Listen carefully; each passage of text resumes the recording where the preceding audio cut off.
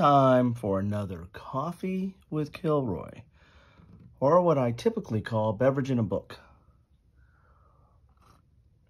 My beverage, coffee. Yours, well, that's up to you. The book, well, this is different. This is a different kind of book than what I normally cover, or magazine, or insert, or whatever you find on my channel from time to time. Today, I'm covering the companion book to Heroes of the Bitter Harvest. This is a lock and load tactical system game. It is soon to be released if it's not hitting the shores as we speak, but this was a production copy or a confirmation copy that was sent to me by Lock and Load Publishing. I want to thank David Heath and the good folks at Lock and Load Publishing for giving me an opportunity to preview this, and decided that as I was going through all the different materials and starting to break it out and play a little bit, I decided that the companion book warranted its own attention, its own segment, its own spotlight. And that's what we're going to do today. You're asking why? Well, let me get a sip of coffee first. You're asking why? Well, there's a lot in this book. Now, normally the Lock and Load tactical games have a companion book that has modules. And if you're familiar with any kind of small unit tactical or squad level tactical type game, going back to, squad leader days, and actually, that actually predates it with Panzer Blitz might have been one of the first games to do modules or individual modules for a game. All those type of games or small unit tactical game systems are typically module based, meaning that you have geomorphic maps that you can move around and create different scenarios, and there will be a scenario outlay to tell you what units are involved, where you set up the units, what are the victory conditions, and what are any special rules. That's all standard fare these days, and all these systems, or the vast majority of these type of systems, do that same thing. And this is not any different in that this has some special rules for Heroes of the Bitter Harvest, which is a World War II Eastern Front, focusing on the southern part of that front, and engagements around Case Blue and Stalingrad and the like. This does the same thing. It has a few special rules, talks about some of the special counters, and then has modules. But there's so much more in this book, and that's what I wanted to talk about. So let's start doing a little bit of a page through. You got me all thirsty.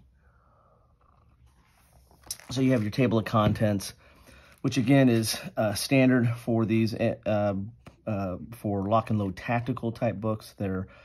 They've really put a lot of effort into their module books, talking about what's in them. Now, as you see, this is a relatively large table of contents because, as I said, there's more than just the standard rules and the modules in here.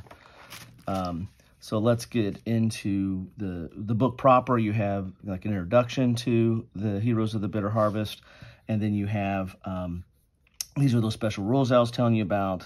Talking about the Wehrmacht 88 anti-tank gun. It doesn't have movement. You have to use move points to pivot.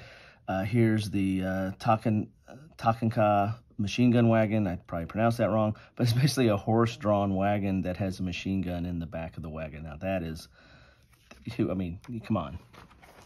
What other game has that? Gotta have that. And then it talks about all the other unique things to Heroes of the Bitter Harvest, Soviet commissars, Soviet forces, the NKVD, and talking about how they're relatively aggressive and fight to the end. Of course, they have a higher morale than what you might see in some of the other Soviet forces. Here's their fanaticism. For the motherland, there's a way to increase the morale for Soviets, how the units break down, and some open-top vehicles. So not a ton of new rules for this that aren't found in the regular rule booklet. Then you have scenario information. Then this right here is interesting. They have these data cards, which is the first time I encountered data cards was in the World at War 85 when they did the kind of the release of World at War, re-release of World at War, and they came out with World at War 85, and they had data cards. So you actually have a card that has all the information for the counter, and this has it like, I guess if you want to use dry erase or something, you can put in whatever details you want to for whatever scale you're using it for miniatures. So these are basically can be used for miniatures, or if you're like me and your eyesight's getting a little bit worse, this is easier to see the counters in some regards. So, but they have these data cards for the German forces and for the Soviet forces. So that's kind of a neat little addition. I think that came with, I guess, when they kick-started the Heroes of the Bitter Harvest. That might have been one of the stretch goals, I would imagine. But so they talk about the data cards in here. That's not something you normally see in your module books, but you know, they talk a little bit about data. Not a whole lot, but mainly they're just calling those out. Now, this is something new here, the role-playing campaign. Something totally new to Lock and Load Tactical. And basically, it is a way for you to play an officer, either for the Germans or for the Soviet forces, and you can keep track of that officer. And as they develop, as you fight more battles, they can develop and they can get some extra skills, and you can mark that. You know, you mark out what their starting capabilities are, and there's a card for them. There's a specific counter for them, and then you also have this RPC leader card, excuse me, so you can actually write what their starting morale is, what their leadership modifier, and what their movement is. You roll for movement, your starting morale is 5, and your leadership modifier is 0, and then as you play the game and do more battles, you can increase these stats here, and you have a little counter that you can keep on the board and use that leader. Of course, if they die, here's death of your personal leader, you're gonna have to start over again. So these rules here are kind of like a little bit of an RPG. Get a cup of coffee here. Sip of coffee. It's a little bit of an RPG. They call it the RPC, role-playing campaign, but you can kind of keep track of your character through that. So that's a new, and here's your upgrades and the like. So that's a new feature here. You're going to be collecting kind of experience points after battles, and then you're going to be rolling for upgrades as you go through the campaign.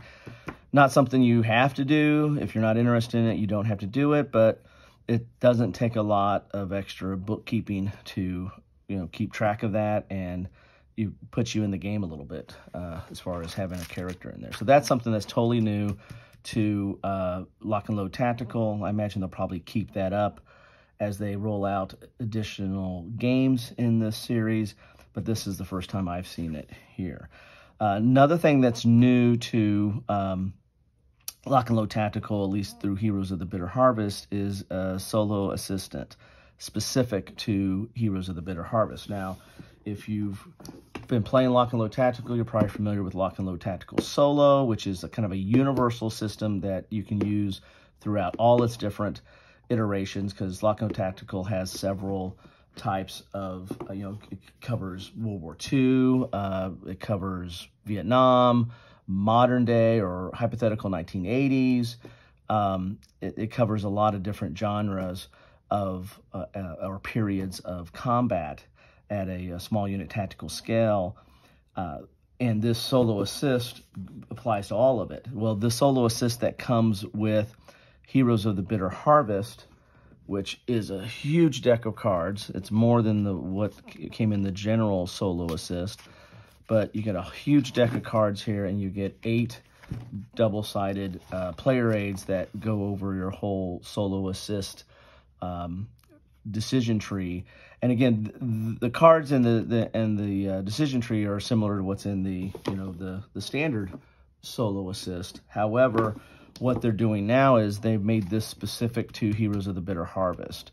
And so this is only specific to World War II, and more specifically probably Eastern Front, but definitely specific to World War II and to Heroes of the Bitter Harvest. So all these decision trees and all the solo assist cards are specific to that. You know, whereas the general solo assist was more universal, so it could handle all the different periods of time, you know, modern back to, you know, World War II and what have you. This is only dealing with specific to Heroes of the Bitter Harvest, and you have a ton of cards there. So that is, I got to believe, is going to be a more immersive play, or a more engaging solo AI in that it's more specific. So the decisions that it's making and how it's reacting to those to what you're doing on the battlefield is going to be more tailored to World War II, or specifically, you know, the Eastern Front in this engagement here. So, and the rules for the solo assist is all contained in this module, whereas before you had to buy the separate lock and load tactical solo. This is self-contained now. It comes in the box, so you have a built-in solo assist right here in the box, and it's in the module rules here. So this is the rules for the solo assist. So you don't have to go out and get lock and load tactical solo. You can just, if you're wanting to play solo and you want to play Bitter Harvest solo, it's in the box, and it's in this module as the rules for it. So that's something that's different, is that they've added added this on, and you have all the rules for it inside the box here. So this tells you how to use the different decision trees, but also how the cards interact with that, and how you play the solo. And this talks about, and the interesting thing that when we get to the scenarios, you'll see another thing they've done where they've made the scenarios solo friendly. So each of the scenarios has their setup for 2-player, but you also have a setup for solo, because it might add or remove cards from this deck, or it might have other special rules that you have to deal with on the solo side. And so the module handles that as well. So that's your rules for solo assist, something totally new to these modules. Then you have your battle assistant. Now, I think that this was a different module or a separate module. I never bought it for Lock and Load Tactical, where it is basically a battle generator, right? That it talked about how you would build out units, and how you would, what the costs were, and how you use maps, and how you design a scenario, but it's kind of a battle generator, so to speak. Well, now they've included it in the module. It's included in this module book, the Battle Assistant, and there's a few charts on that talks about the cost of units. And there's some player aids in here. I had them off on the other side that are included in the base game of Bitter Harvest, but this basically talks you through how you can design a scenario, whether turn length, map selection, how you might orientate the maps, placement of victory locations, deployment areas, different types of like median engagements, wing, airstrike, snipers, purchasing units, and again, there's some charts in here that talk about the cost of units and the like. So you've got your battle assist that's in this book. So I mean, already we've gotten so much more in this module than just modules, right? Than just scenarios. Then you get to the scenarios, and this is what you've been waiting for. This is it, boys. This is war. So here's your scenarios, and you have your typical scenario setup. You have kind of the context, or the historical context. You have the order of battle, talking about what units and where they set up. And then you have playable area, scenario length, victory conditions, and any special rules. That's your typical scenario that you, again, harking all the way back to Panzerblitz, how you lay out the different scenarios, and then it shows you the map as well. But then you have solo setup. So you have that same scenario, but this is how it sets up for solo. If you're playing against the Soviets, what they do. If you're playing against the Germans, what they do. And they have like different postures. Like in this one, the posture is defensive for the Soviets, and the posture for the Germans is offensive. And it talks about which cards you use. You use all silver starred cards. I imagine that there is, see there's different stars on these. So you might have, I believe that like there's a silver starred card. So you're going to use those cards in the solo assist there. Again, making the solo tailored to this specific scenario. It's a little bit, it's not just a universal solo system now. It's tailored more towards these specific scenarios in this specific box, in the World War II East Front. And so each one of these are going to be laid out that way. You're going to have your, set up for the 2-player game, or I guess you can play more than 2 players if you want to, but your standard setup, and then you'll have your, this is all the standard setup, and then you'll have your solo setup, and what cards might come in or out, and then what the different postures are, and then if there's any kind of different setup of the units because of that. Anyway, so there you have it. So the rest of this book here, so we're looking from, let's see, what page is that? Page 53 to 98 is solo, or is scenarios. So 59 to, sorry, what did I say? 52 to 98 is all scenarios. So quite a bit scenarios with the notion of regular and then solo setup. Then the rest of this book is charts and tables. So you have that all put in here as well. So you have all your solo assist charts that are in here, and again, they come as a player aid on thick cardboard in the book as well, or in the game as well. But then you have all your different charts there for playing solo. You've got your role-playing campaign tables in here. You've got these are these Soviet purchase point costs that I was talking about for the battle generator, and these are hardbound too. You have a little player aid that comes with these as well, but you have your charts in here.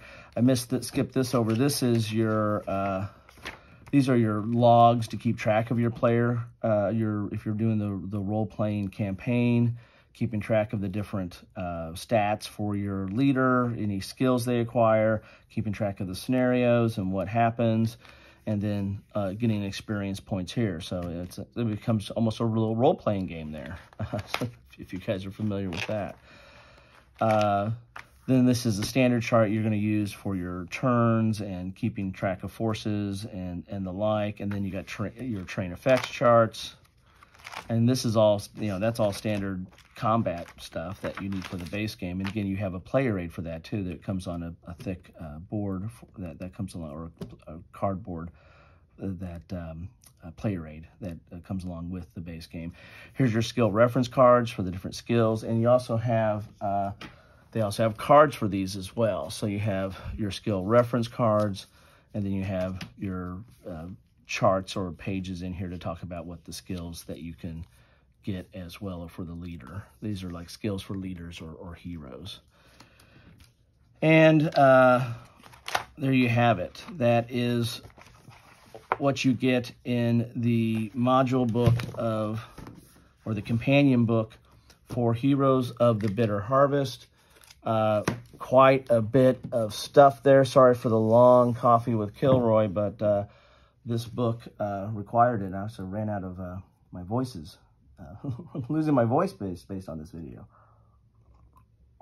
Oh man, needed that. So one of the few coffees with Kilroy that I've needed the liquid more than normal. So that's what you get in Heroes of the Bitter Harvest companion book, which goes along with, of course, Heroes of the Bitter Harvest, the lock and load tactical game. If you're interested in this game, check it out. I think it is shipping now, or it's getting ready to ship, so you might want to take a look at this. If you're interested in lock and load tactical system, then this is amazing. How much content you get in that game, and how much they're putting into extra into this series, with the solo assist being built in now, data cards, well, that's, mainly for miniature type people, the role-playing campaign, the battle generator. There's quite a bit in this module, but the main thing is that is all in the game now. So if you're interested in lock and load tactical system, and especially World War II, because you have lock and load Heroes of the Motherland, which was the earlier version of this, and plus there's a Western Front as well, with a lot of different expansions. Then this is a no-brainer, because this is more of this of that goodness that if you like that system, plus all this extra stuff that they're adding into the game now. Anyway, that's what I have for you today. Enjoy your coffee. I know I need it today. I want to thank David Heath and Lock and Load Publishing for sending this to me. And this guy here, I think it might have, one of the reasons they might have sent me this copy was because he had seen something else I had done. So I want to thank Devin. And he is the mastermind behind this whole series, or this game here, the Heroes of the Bitter Harvest. This has been a labor of love of his, and it shows. This is amazing content and how they put this all together. And so I collect small unit tactical systems and play a lot, and was actually a play tester on Last 100 Yards. So I'm very interested in this space. Wrote an article on it for Board Game Geek that you can check out there as well. That actually got, I think, noticed by the Charlies at one point. But in any event, this is a space that interests me, and I like how these getting into these systems and how they simulate the tactical combat. But I'm also interested in how they do things differently. And Lock and Load Tactical is starting to do things a little bit different, at least in what they're bringing to the table in their based games. So anyway, that's what I have for you today. If you're interested in this, check it out. Love to know your comments. Are you interested, what you think about this or Lock and Load Tactical System? If you don't like the system, that's fine too. Put a comment, like start a dialogue. I'm not a fanboy of any one system. I love them all. I love all my children equally. Anyway, so that's what I have for you today. Thanks for stopping by, especially for this long coffee, but you know, you might need it like I do. And I hope that you have a great rest of your day, evening, morning, whatever time it is when you're watching this. Take care, all.